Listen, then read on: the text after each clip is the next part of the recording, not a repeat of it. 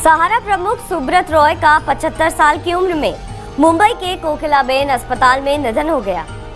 एक समय था जब देश में सुब्रत रॉय का डंका बजता था। राजनीति से लेकर बॉलीवुड और क्रिकेट तक में उनका जलवा हुआ करता था।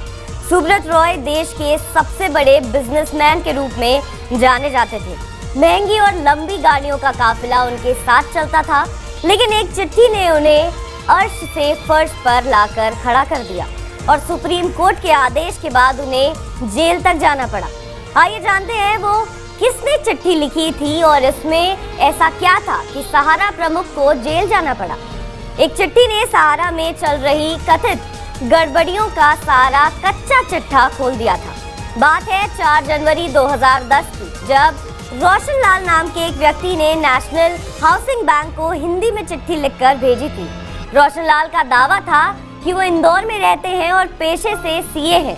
चिट्ठी में उन्होंने ये भी दावा किया था कि बड़ी संख्या में लोगों ने सहारा ग्रुप की कंपनियों के बॉन्ड खरीदे हैं, जो तय नियमों के मुताबिक नहीं जारी किए गए हैं। ये बॉन्ड सहारा इंडिया रियल एस्टेट कॉरपोरेशन और सहारा हाउसिंग इन्वेस्टमेंट कॉरपोरेशन की ओर से जारी किए गए हैं। उन्होंने इसकी जांच कराने की मांग की। नेशनल हाउसिंग बैंक ने इस चिट्ठी को सेबी के पास भेजा, क्योंकि उसके पास इसके जांच का अधिकार नहीं था। मीडिया रिपोर्ट्स के अनुसार इसी तरह की एक और चिट्ठी महीने भर बाद सेबी को मिली। ये चिट्ठी अहमदाबाद के एक advocacy group professional group for invest protection की तरफ से सेबी को भेजी गई। उसके बाद सेबी ने मामले की जांच शुरू की। सेबी ने मामले में अपनी जांच शुरू की और 24 नवंबर 2010 को सहारा ग्रुप के किसी भी रूप में लोगों से पैसा जुटाने पर प्रतिबंध लगा दिया। ये मामला सुप्रीम कोर्ट पहुंचा। शीर्ष अदालत ने 15% वार्षिक ब्याज दर के साथ निवेशकों का पूरा पैसा वापस करने का सहारा ग्रुप को आदेश जारी किया। निवेशकों को वापस की जाने वाली रकम कई करोड़ रुपए थी। सुप्रीम कोर्ट ने 2012 में अपना फैसला सुनाया और कहा कि सहारा की कंपनियों ने सेबी के नियमों का पालन नहीं किया है।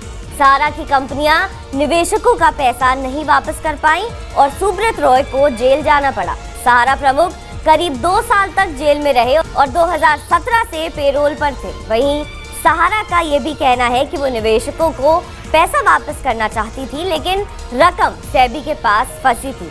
एक सवाल के जवाब में सरकार ने संसद में बताया था कि Sahara India real estate corporation limited ने निवेशकों से कई करोड़ रुपए जुटाए थे। रोशन लाल का अभी तक कुछ पता नहीं चल पाया है। सहारा ग्रुप के वकीलों ने ये भी कहा है कि रोशन लाल के पते पर एक लेटर भेजा था, जो पता नहीं मिलने के कारण वापस आ गया। वहीं मीडिया रिपोर्ट्स के अनुसार चिट्ठी लिखने वाला रोशन लाल कोई है या नहीं, ये किसी कॉरपोरेट का काम हो सकता है। इस बात की बहरहाल कोई जानकारी नहीं है।